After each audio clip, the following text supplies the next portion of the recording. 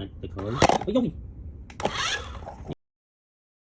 សួស្តីអ្នកនេះខ្ញុំមកបង្ហាញទៅលើប្រភេទឡានវិជាដែលយើងកំពុងធ្វើ promotion ចុះតម្លៃជាប្រភេទឡានវិជាបាញ់បានប្រភេទនេះនេះទៀតខ្ញុំនឹងតែឲ្យខ្ញុំមើលនេះអ្នកនេះប្រភេទនេះគឺជាប្រភេទឡានវិជាដែលយើងវិជាបាញ់បានខ្ញុំសុខខ្ញុំដាក់ថ្មហើយខ្ញុំបាក់មកសុខទីបទៅមកគឺសម្លេងនេះតែលើមកបាញ់ឲ្យហើយទៅខាងមុខនេះគឺយើងមានភ្លើងនេះយើងអាចជាបានដែរភ្លើង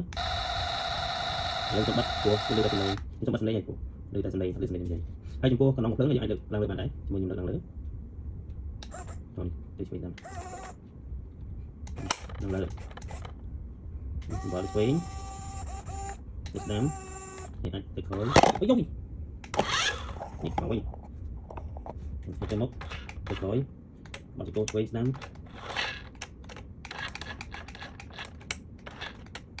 ហើយអាចជាបាញ់មើលណាបាញ់មើលនេះបាញ់ហើយ1 2 3អូខេហើយអាចជា7នេះវិញក៏បានតែអ្នកចំតិចមើលចង់បាញ់ហ៎ចឹងសម្រាប់ឡានវិជានេះមកបងតាកាអាចចូលមកឥឡូវយើងមានការបញ្ចុះតម្លៃពី$27នៅសល់ត្រឹមតែ$25ទេសម្រាប់ promotion នេះគឺមានត្រឹមចូលឆ្នាំនេះទេអត់ចូលឆ្នាំគឺយើងចាត់ promotion ដូចគ្នាអរគុណ